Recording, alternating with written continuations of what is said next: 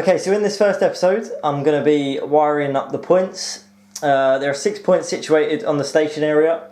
The reason why I'm not including the signals in this episode is because obviously it will drag on for way too long. But also because I'm still undecided what signals I'm actually going to use. And that's kind of where I need your guys' help on a little bit of advice of what ones you would recommend and stuff like that. So, the ones we are using and the ones I've used throughout the whole of the layout are these Traintronic slow motion point motors. They can be wired either DC or DCC. Unfortunately, I do not know enough about electrics to wire them up to digital, so I'll be wiring them up to DC, and I'll be taking you through that process in the coming minutes. But before we get started on that, I do actually have to clear out the fiddle yard because a lot of these trains are in the way of me actually fitting the point motors. A lot of them will be going underneath the baseboard, so I will need enough room to get my hands underneath to actually fit the back 2 point motors.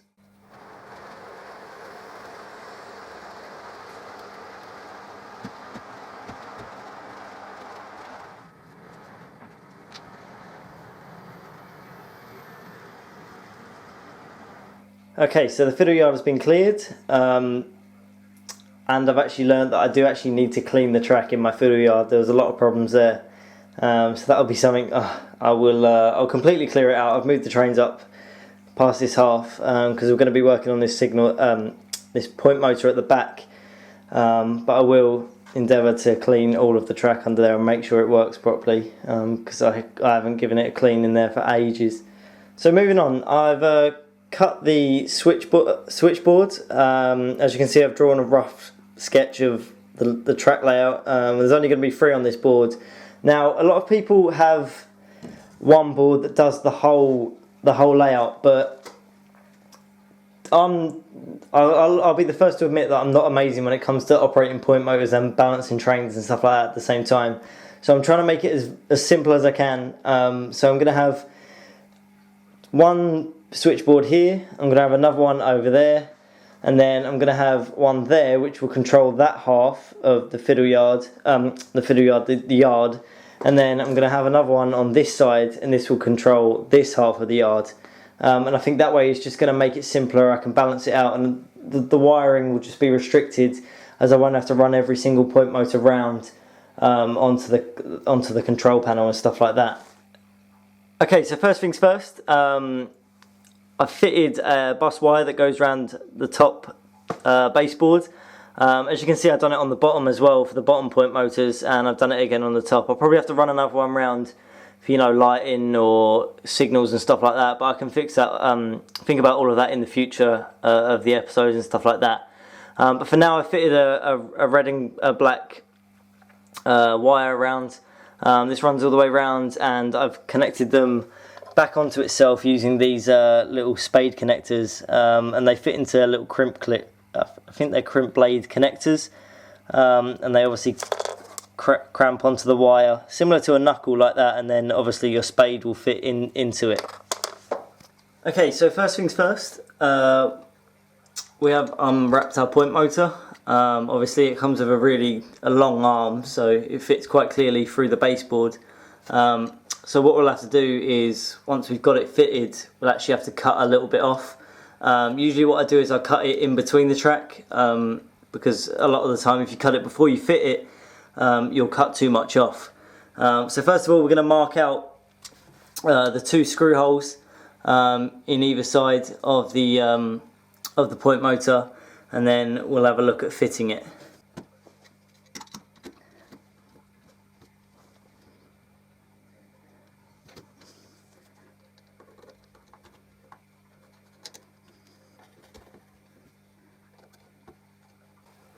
One thing I did forget to mention is that you do actually need to centre the arm in between the A and the B, and also centre the point that you're fitting it on. Just try and get it as close to the middle as you can.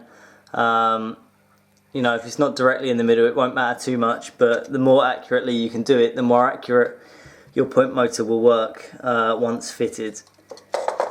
Okay, so I tried to be as accurate as I can. Now we're going to go ahead and drill the screw holes and then hopefully have a go at fitting the point motor. We'll have a look at the wiring first though, and we'll get that all sorted. Okay, so now we've got the point motor drilled out, we know where it's going to be.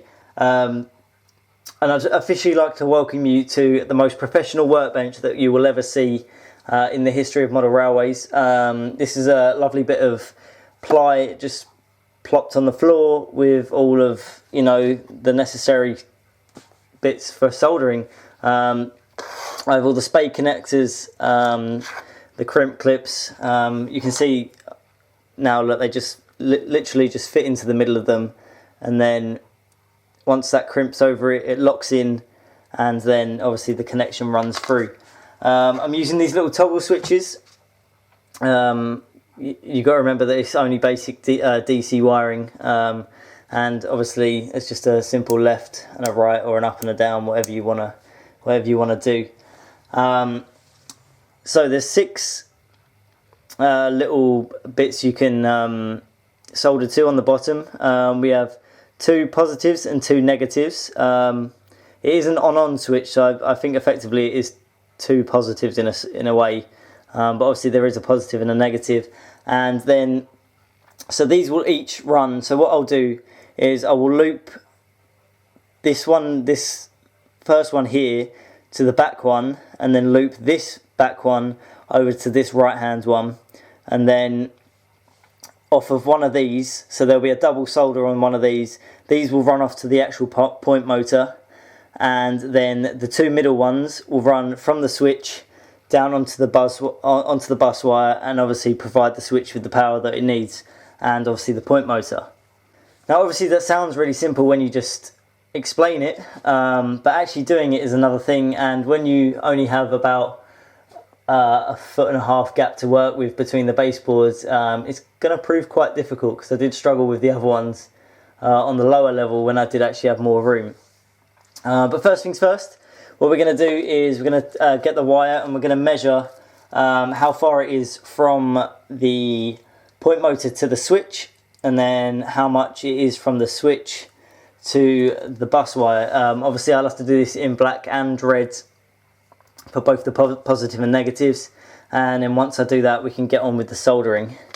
Okay, so we've got our 2 wires, or our 4 wires, so we can now crack on with the soldering. These are the 2 ones that run from the switchboard to the bus wire, so obviously they're going to be a lot shorter than the ones that are actually running from the point motor into the switch.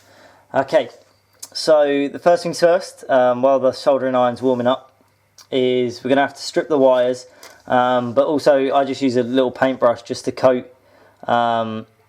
you know, the end of the switches in like some flux, and that obviously allows the solder to form a nice grip onto it. Once again, I'm no expert on soldering. I actually learnt soldering at school in year 7, so that was a very long time ago, a good 8 or 9 years I think, I can't remember, a little bit longer maybe. So yeah, there probably is easier ways to do it. Other people have other methods, but this is basically how I've done it, and you know what kind of works for me. So the wires are now fully stripped once I've just done this one here. As you can see on that one, the reason why you also cut them longer than what you actually need is when you're stripping the wires, especially wires this thin, you'll often tend to, I mean you can get smaller like pliers or clippers, whatever they are, than this, but these are the ones I'm using at the moment. But you'll often find that while you're actually stripping the wire ready for solder, you'll actually just cut a bit off. So by obviously allowing more wire, you can actually allow yourself to, if you've got any that you do cut off, it's not too much of a worry. You're not going to be worried about short wires. Now that everything's ready to go, we just have to run the solder. Now these are going to be the 2 shorter wires, aren't they, because they're going into the spade connector. I've stripped these quite long. I don't know if the camera will actually focus on that, but basically I've stripped them longer so that they actually fit through the spade connector, and there's plenty of room for these. You can actually get a lot thicker spade connectors and stuff like that, but you know, it's just so that there's a lot of overhang when soldering it up. And as you can see, it's as simple as that. It's a nice tight fit. Just give it a little pull, not too much of a pull, but obviously just give it a little pull to test the strength of it. And there you go. So there's the first one done. Again, same process, a little bit of flux on the space connector, a little soldering iron, plenty of smoke sealer to make it off, and a nice simple so it fits. Okay, so now that's them done, here comes the fiddly bit. Now what I actually haven't cut, and what I will cut now, is little like U shapes. Now this is where it gets kind of tricky, because this can go horribly wrong, especially when you lose the wire that you've literally just cut. Oh, there it is. Always hiding. Okay, so these are obviously going to be a little bit trickier to cut, to clip. So what I remember I used to do was put them into a set of pliers, like so. This allows you to give a stronger grip than your hand. Your hand's actually quite like slippery, you know, you might have some like grease on them or stuff like that. This is what I mean. Okay, so there we go. There's one side done, and then you just flip it round and then strip the other side. And then do the same. You don't need too much overhang. Let's just get rid of that. So hopefully this one goes a little bit better. Obviously I cut these a little bit longer as well, because I don't trust myself when it comes to overhang. Alright, so same process again. We get the flux, and this time we're gonna oil up the two. We're gonna flux up the two rods coming off the bottom. It doesn't need to be anything mass amounts of flux. Just needs to be enough so that there's a nice strong fix. Now with this stand, I've actually set it up so obviously it fits straight in with the spade connector, and the switch can just fit straight into it. You might have other stands, but this is actually really handy. I can't remember where I got it from. I think I got it at one of the shows, maybe Alexandra Palace, the first year I went, so it was a good 2 or 3 years ago. But you know, they shouldn't be too difficult to find. You probably find them in like B&Q or any sort of like electrical shop. But I need to turn it to the side. So we're going to have a little bit of solder. Now the thing you have to watch out with this one is obviously there's going to be 2 connections onto one of the ends. So you need to kind of ensure that there's a nice tight grip on one of the ends, like so. And then we'll just flip it round. This is where it gets tricky. This is where you may burn your hands and things like that. So you know, if you want to use a pair of pliers or a pair of long nose pliers, then it's obviously fully recommended by Mr. Health and Safety myself. I don't think I've put enough flux on it. You'll know if you haven't put enough flux on it because it simply just doesn't want to stick. The solder has nothing to grip to. It will eventually grip to the, you know, like the bare metal or whatever on the switch, but obviously the flux just helps it on its way. Don't be scared to load it on as well. The more you load on, the better the connection is, and the stronger the connection is, sorry. Okay, so there we go. If I bring that closer to the camera, it just forms a loop and connects the 2 positives. Now we're going to do the same with the negative, and then we're going to look at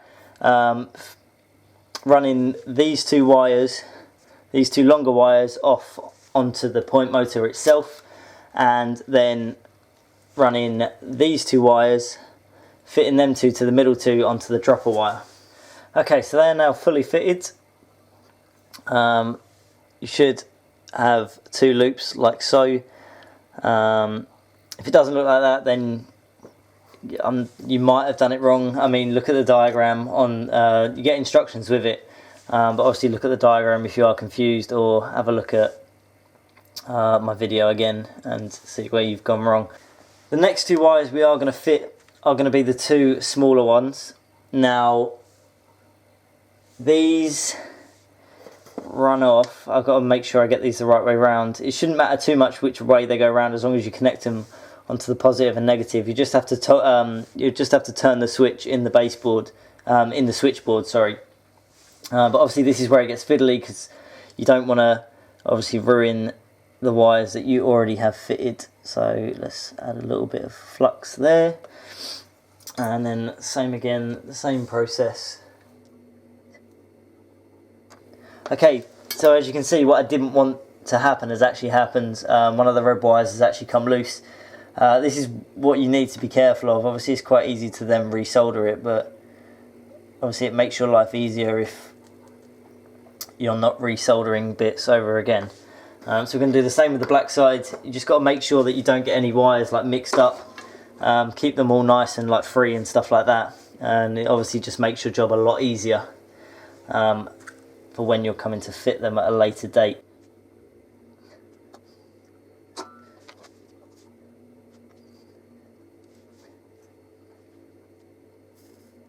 Alright, nice and easy. Alright, so there's them two. Now we're going to have to work out which ones are going to be best to run out under the baseboard and then through. So there's obviously two sides. I normally fit, there's a little dot here, I normally put these facing outwards from the layout. So I'll probably solder these back two with the two wires that obviously go out towards the switch. So this is obviously where it gets a little bit trickier, because now you actually have to manage two wires onto one kind of, onto one rod.